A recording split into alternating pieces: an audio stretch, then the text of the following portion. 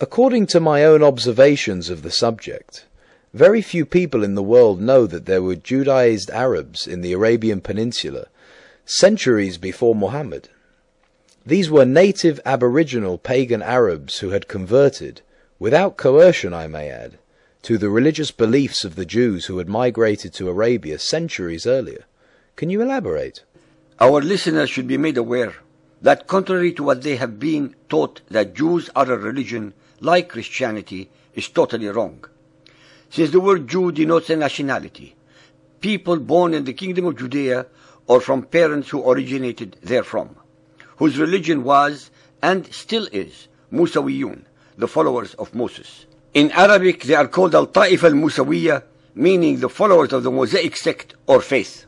Because of the uniqueness of their beliefs among all the pagan nations surrounding them, after their diaspora, the nationality of the Jews and their religion became synonymous, thus identifying them simply as Jews.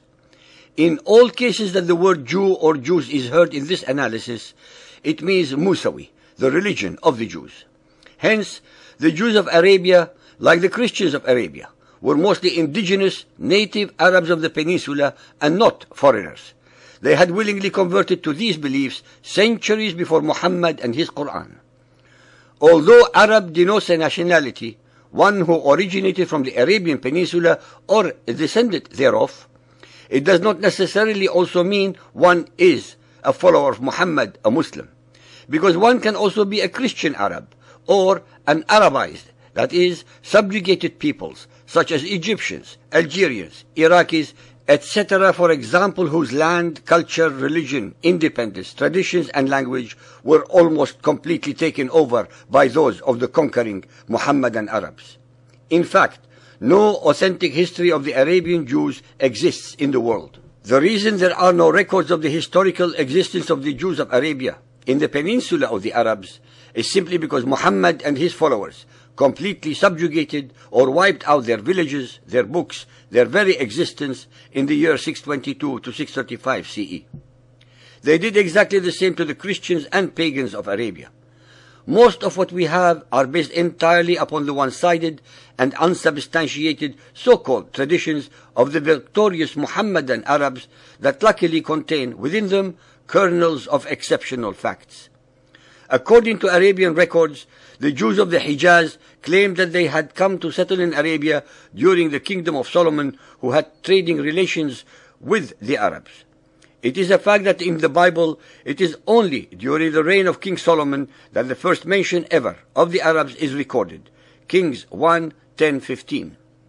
He most certainly sent emissaries and traders with military contingents for security to the Arabs, especially among the coastal areas for the trade routes to Africa and most probably India. Since according to Muhammadan traditions, the Queen of Sheba was allegedly from the Arabian Yemen, then the above Jewish tradition is not baseless. The second immigration by the Jews, according to the Jews, took place in 587 BC, when King Nebuchadnezzar, the king of Babylon, destroyed Jerusalem and dispersed the Jews. The Arabian Jews claimed that several of their tribes at that time had come to settle in Wadi al-Qura, Taima, and Yathrib, as mentioned by Al-Baladuri, Futuh al-Buldan. As a matter of fact, what is more concretely established is that when in AD 70, the Romans massacred tens of thousands of Jews in Judea, and then in AD 132 forced many of them from that land, many of the Jewish tribes fled to find asylum in the Hijaz, a territory that is contiguous to the south of Judea. There, being agriculturists among other things, they settled wherever they found water springs and greenery and occupied the fertile lands. Aila, Maqna, Tabuk, Taima, Wadi al-Qura, Fadak and Khaybar came under their control in that very period, and the tribes of Bani Qurayza, Bani Nadir, Bani Bahdal, and Bani Qaynuqa, who also came in the same period and settled around Yathrib. They then built up their own communal village and called it Medina, meaning our country in Hebrew, in memory of Judea. Yathrib became a suburb of Medina, settled mostly by pagan Arabs such as Al-Aus and Khazraj. Among the tribes that settled in Yathrib, Medina, the Bani al-Nadir and Bani Qurayza were more prominent, for they belonged to the Kohen or priestly class. They were looked upon as of noble descent and enjoyed religious leadership among their co-religionists. It is reported in the traditions that the Qurayza were allied to the Khazraj tribe, while the other two tribes, the Nadir and Qaynuqa, were allied to the Aus. According to Arabian tradition, the first Himyarite kingdom from the tribe of Himyar in southwest Arabia, where modern Yemen is situated, was established in about 130 BCE and lasted till 525 CE. This kingdom stretched over the Yemen in the south to Hadramaut and the town of Najran in the north. Among the 9 kings known to historians of this dynasty, Abu Karib As'ad Kamil is reported to have conquered Persia and later embraced the faith of the Jews and propagated it among his subjects. Ibn Ishaq, page 6 to 19. It is not commonly known that the last Himyarite king, Dun Nawas, was of the faith of the Jews. According to Al-Tabari, he died in 525 in his wars with the Abyssinians who had conquered and subjugated southwestern Arabia.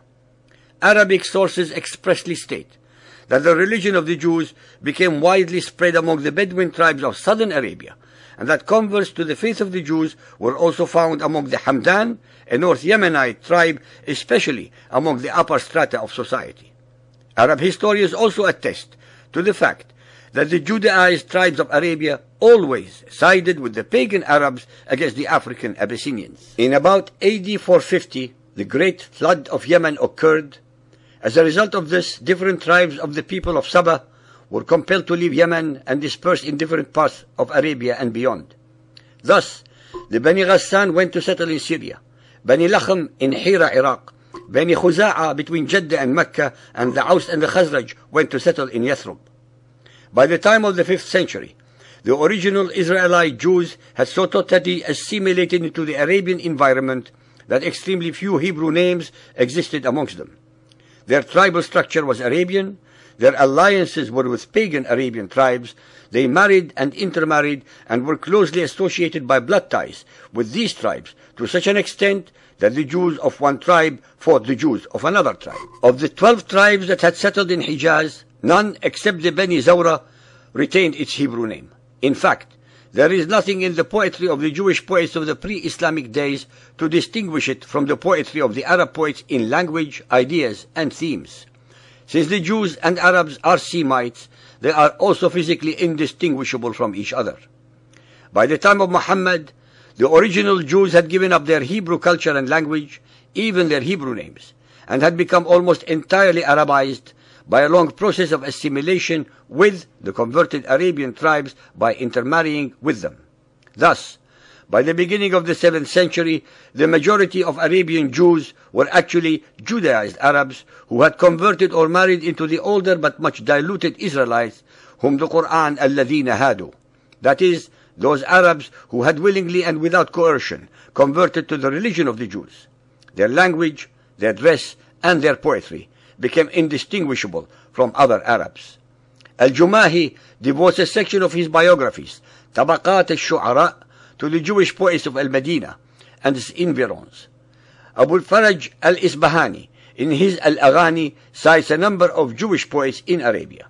In summation, the only difference between the Judaized Arabs and the pagan Arabs in the peninsula was their religion.